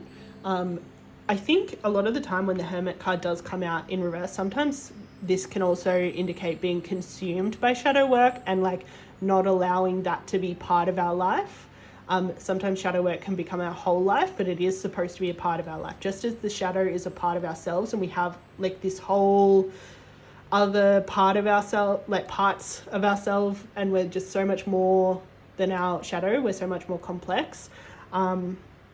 As well, like allowing ourselves to rest, to enjoy life, to really engage in that fifth house kind of fun, dating, like pleasure kind of energy, and just vibing with it and remembering not to take life so serious all the time. It's definitely a lesson I have to learn again and again and again. I always take life too seriously and get too into it, and then I have to remember to rest. So yeah, essentially that's why I have posted not a lot in the last couple of weeks, is because I am definitely embracing this rest. You should too, apparently. So yeah, I think I'm gonna leave that here. I hope you got everything out of this reading that you really wanted and needed. It's been a pleasure reading for you. I hope the darkness and the stormy weather kind of vibed okay. I hope it added to the ambiance. But thank you so much for liking, commenting, and subbing. Thank you so much for supporting me, making it all the way through this video. And whenever I see you again, I will see you again. So until then, ciao. Hey there, pile 3. Welcome to your reading. So if you chose this beautiful iolite crystal, then this reading is probably for you. If you're wondering why it's suddenly so dark, we have had our storm clouds rolling in on the east coast of Australia. We're going through massive storms right now. Where I live hasn't been too bad, but the rest of the east coast has been super stormy and wet. So you'll probably start to hear the rain sometime, I'm assuming, if the actual rain clouds have managed to come, but it's super dark here, even though we're still supposed to have a few more hours of sunlight. It is definitely rapidly disappearing, so hopefully it adds to the ambiance for your reading. But we're just going to start with energy clarification. So we're going to find out who's been stalking your socials, whether it's one or multiple people. So just like opening to whatever your intuition has to say about these energies and who they're referring to. Just really trust that inner guidance, inner wisdom about anyone who kind of pops into your mind as I'm reading out these energies. It's probably who is stalking y'all right now.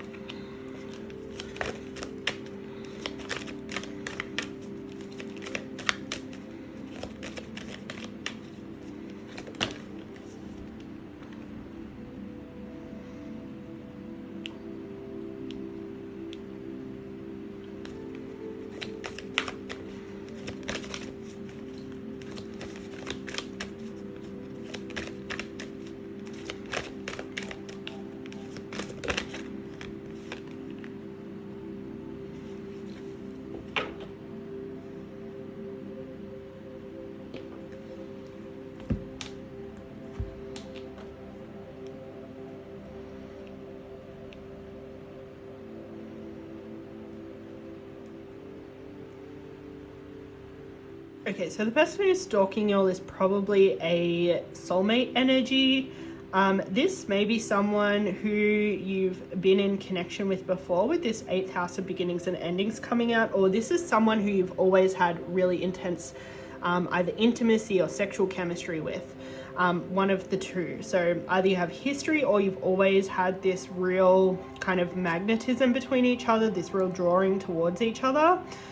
This may be someone that you met in a friendship group, workplace, through social media, or some sort of like web of interconnectivity is potentially how you've connected to this person. And potentially ever since, they've been kind of keeping an eye on you.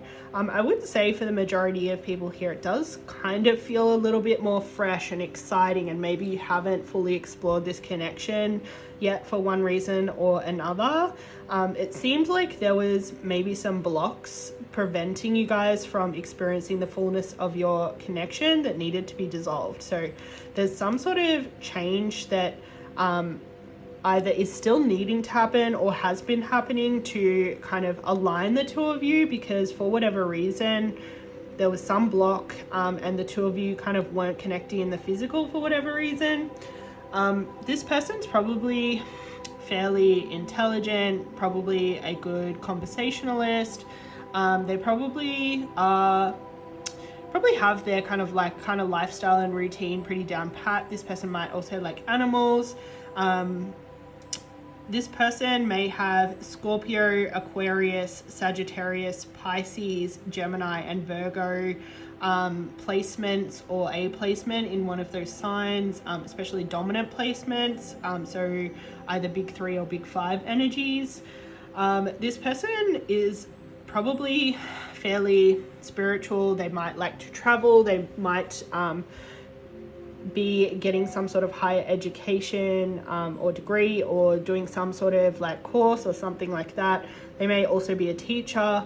They might be interested in philosophy and kind of like worldly events and problems, and really kind of chatting that out. I would say they're fairly worldly and well-rounded. They might be a bit of an adventurer as well with these energies. And they might just like kind of feel like a good time. Like I do feel like this connection in particular does feel kind of light and fun and maybe a bit more new. But we'll get some extra descriptors in case no one's coming to mind just yet. Okay, Spirit, can you please tell us more about this person?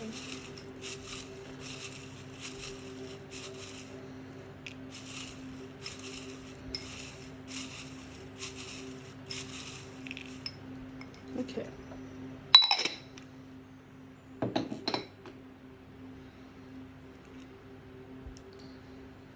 So this person is charming. They may be artistic or have a artistic side. They may also be quite critical or like a bit of a perfectionist. They may have more hooded eyes. Their eyes may also be fairly round. They may have freckles.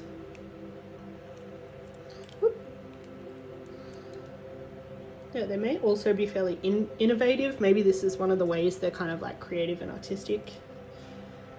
They may be energetic and quite fun. They may be thoughtful. They may be a lover. They may be nurturing. Their body may be quite toned. Okay, maybe a bit of a Casanova. So this is all this charming kind of sexual tension energy. Like they probably have that with a fair few people. Their body may be on the stockier side, but they're ultimately conscientious. Like they do care about people. That's kind of nice. I appreciate that. So we're gonna put these cards back into our pile because we are gonna use them again to clarify kind of exactly what this person's stalking. I will shuffle these properly, but this is just like my cheat way to not have to shuffle quite as hard. they're already kind of spread out. But we'll use our tarot to first like unpack a little bit of the depth a bit more. We're going to find out kind of maybe some of the higher perspective on this connection, what's going on, kind of why they're keeping tabs on you from like a higher level before we look at exactly what they're looking at a bit more specifically.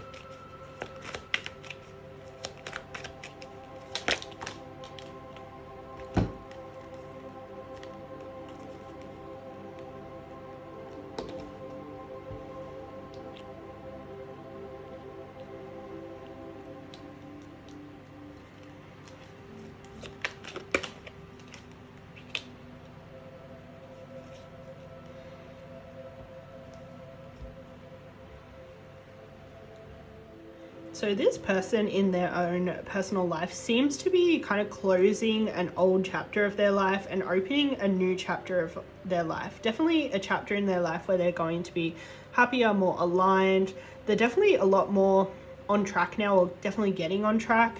And they're definitely integrating a lot of lessons from the past. Like I would say for this person, what's going on for them right now is like essentially really pivotal stuff. We do have the Three of Swords energy that came out. This came out in every single reading. So I would say a lot of the people here have been in contact with this person and have been in some sort of separation with this person.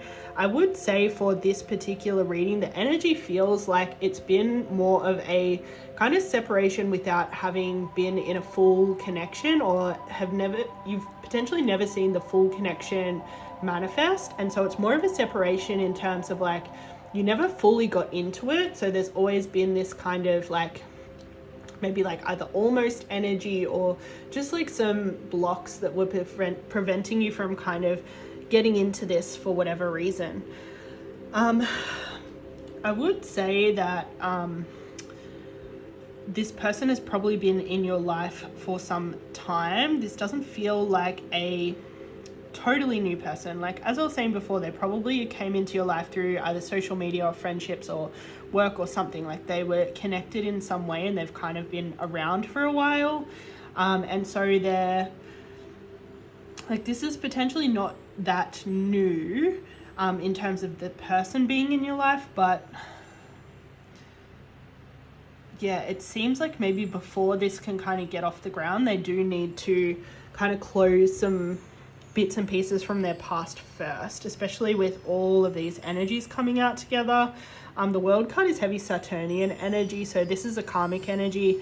And this card in particular refers to kind of learning lessons, closing lessons, and whatever the lessons are, usually either aligning you with kind of your people or aligning you with your truth, aligning you with kind of how you're supposed to contribute to the world, aligning you with a higher version of yourself, a version of yourself that's more honest, has more integrity, and maybe just shows up for the people in your life better. So yeah, I would say this person's definitely in this kind of stage of their life where they're like integrating a lot, learning a lot, essentially becoming a new version of themselves.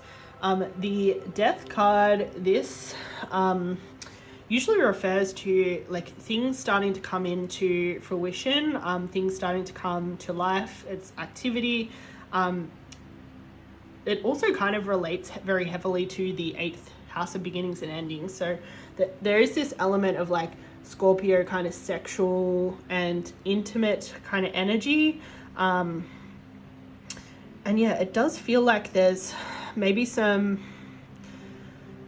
two of you kind of like had this potential that was never fully realized, and there feels like there's still something to unlock or discover in these energies with each other. Like there's still something to explore, like it's not necessarily done yet. It does seem like in order to really get momentum going with this kind of new chapter, this new leaf that this person's turning, they may need to deal with past pains when it comes to love in particular.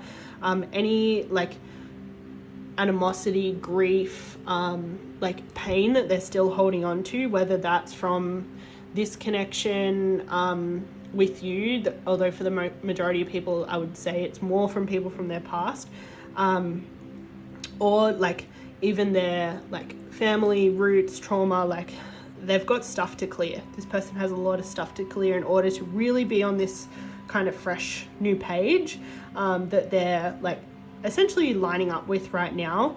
There's still some kind of gunk to get out of the system before this person can have a totally new kind of venture in life.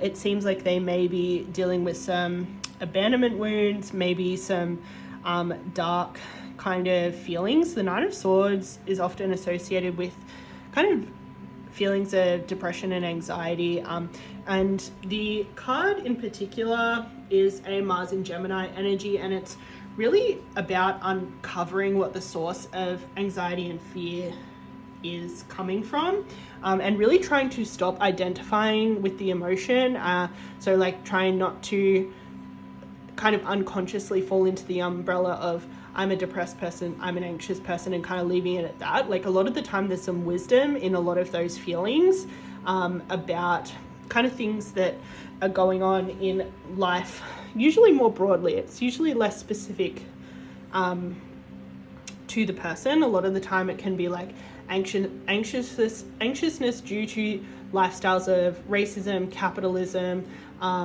Eurocentrism, just like big systems like that create a lot of anxiety, depression, and those kind of emotions. So really unpacking those systems within the unconscious, and learning how to kind of change your life in a way that you become empowered rather than those systems controlling you in some way that kind of starts this loop of those kind of feelings. So yeah, this person's definitely exploring things like that. They may also be exploring what romance, passion, excitement, love, connection really feels to them. This person might not have actually really felt deep feelings like that before. They may have had a lot of surface level connections, and maybe a lot of their pain is like really deep generational trauma that even stops them from even finding passion and romance to begin with. So maybe they're exploring a lot more deep feelings than potentially what they've had before. We also have the Eight of Swords. So this is traditionally like an imprisonment or isolation energy. It's a Jupiter and Gemini energy, and it's really about, because the sword suit has to do with kind of mental activity, usually this imprisonment and isolation is more coming from the mind. So it's when the mind starts to create cognitive distance between self and other, which can be an important part of like trying to unpack and understand the world, but sometimes it goes too far. It starts to come from a place of ego, and there's this feeling of separation that's actually really detrimental to someone's health and their emotional well-being, which is why the Nine of Swords follows the Eight of Swords. So this kind of like mental separation can create things like anxiety and depression. Like an example of that is the capitalism system puts everyone in small houses with sometimes just a partner. Traditionally we would live in kind of villages or big tribes and have people around us all the time sharing labor, whereas capitalism kind of makes us like smaller entities and then have to do an equal amount of work, and so that in itself can make you feel isolated. It puts you in a mentally isolated place where you have to, like, mentally you think you have to do everything alone, and then all this like anxiety and depression and negative emotion comes up. So it's kind of like this path, and kind of the middle link for this person, it seems like things like passion, care, like real love and connection is really causing this kind of disrupt of them maybe feeling alone, feeling anxious, feeling depressed, and just like not feeling like they're necessarily experiencing the full vitality of life. So finally we have the Ten of Cups and the King of Cups. The King of Cups, this energy is someone who's very supportive, empathetic, a container that can hold space for people really well. They don't judge. They're really warm, open. It's like a masculine who's just like so secure in their masculinity that they can really embrace their feminine side and let that really show. So yeah, this is kind of the King of Cups, I would say, out of all the masculine kind of energies in the minor arcana, is the masculine energy that's undone as much kind of patriarchal and toxic masculinity as possible, that's really like expressing a very authentic and mature masculine energy.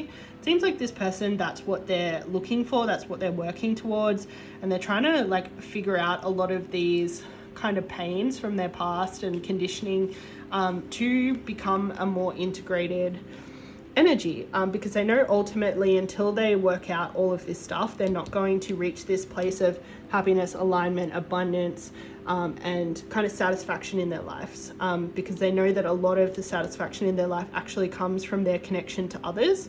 Like all of these energies is all about how this person connects to other people. So they're figuring out a lot when it comes to this connection to others and how they're connecting to other people, and is it healthy or unhealthy, is it integrated or unintegrated, is it like they're trying to get rid of some toxicity for sure. So yeah, that's kind of where they're at, but we'll see exactly what it is that they're so basically, to summarize this, I would say this person's not in a place where they're ready for a connection yet, ultimately.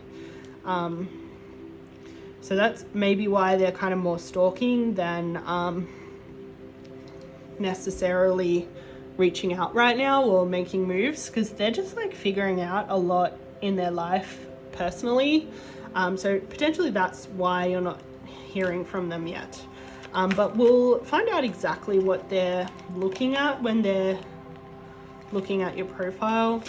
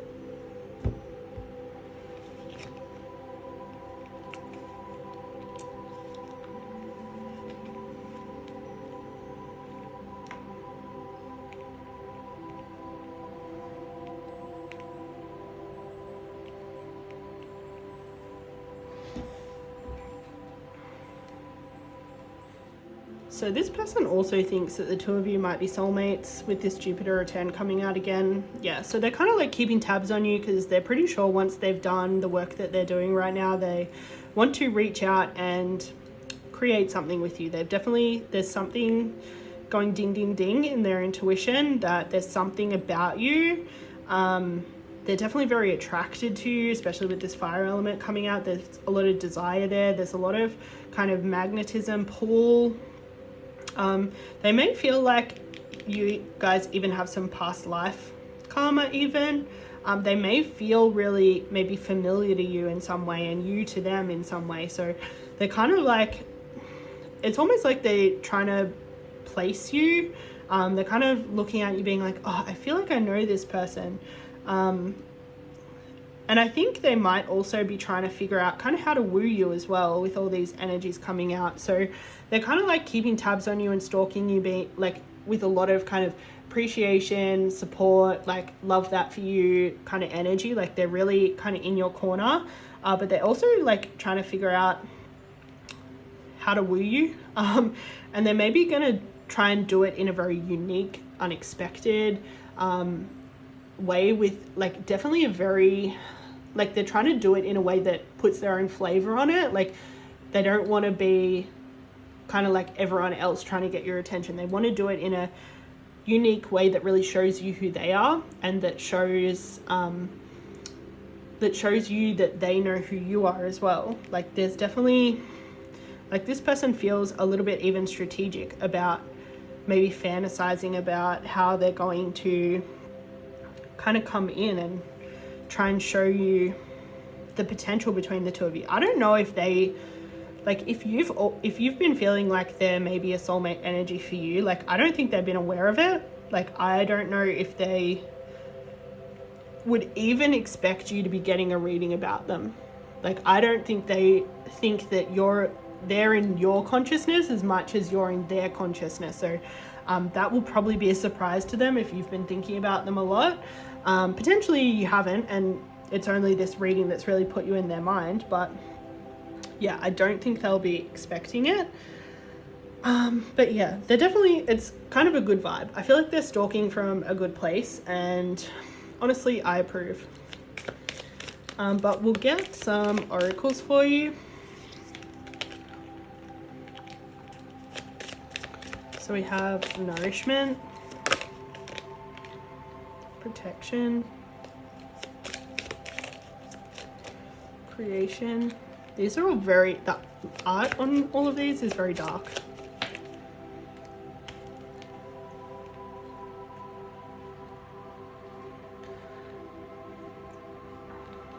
And surrender. Okay, so I'd say it's probably a really good time, given that they're just worrying about them right now, they're really staying in their own lane. Probably it's a good idea for you to stay in your lane too, like really worrying about filling your own cup first.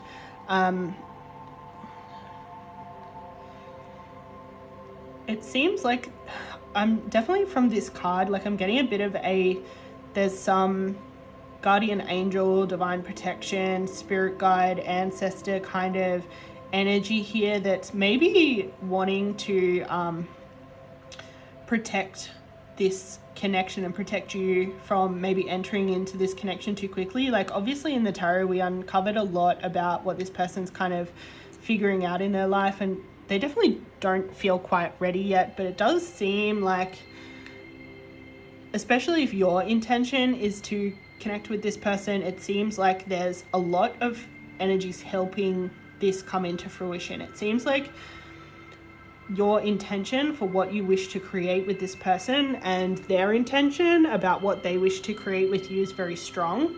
And it's definitely called in a lot of support from kind of higher energies that essentially want to help make this happen at the right time, in the right way, in order for you to get exactly what you want, if not better.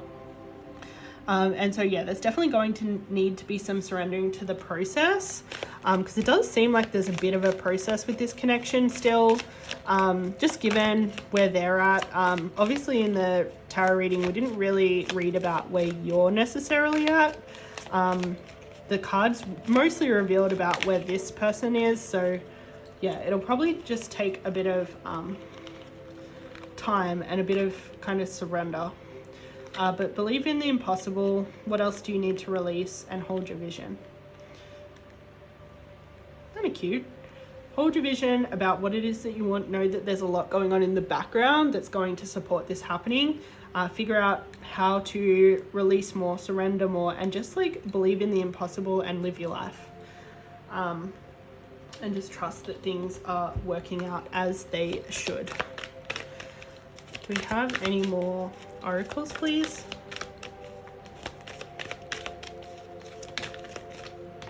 Okay, so we have look in a book. Whatever your question right now, the answer you will find is in the book. The words you find will bring you the insight you seek. So if there's anything that you're wanting to learn about, even if it doesn't make any sense, like say you've been getting signs to research, maybe something to do with mental health or, you know, anything, like go research it. It's probably part of this protection and part of like what the two of you are trying to create together. trust it, go with it, research it, even if it doesn't make any sense. It's probably an important thing to know moving forward. Or even it could be like tarot, astrology, anything that you feel called to, like go learn about it, go buy books or read books or borrow books or whatever. Yeah, that seems to be a channel that your guides are trying to use to prepare you for what it is that you want. Okay, and your affirmation is, every day I go stronger in my mind, body, and spirit. I am strong and I am capable. Cute. You can affirm that to yourself while you're moving through this process. But I think I'm going to leave that here. It's been a pleasure reading for you. Thanks so much for liking, subbing, and commenting. I really, really appreciate it. I love to read your comments, even if I don't always get the time to respond. I would prefer to acknowledge it in a video so that you get a video up a little bit sooner. But I appreciate you making it all the way through. Thanks so much for supporting me on this channel. And until I see you again, ciao.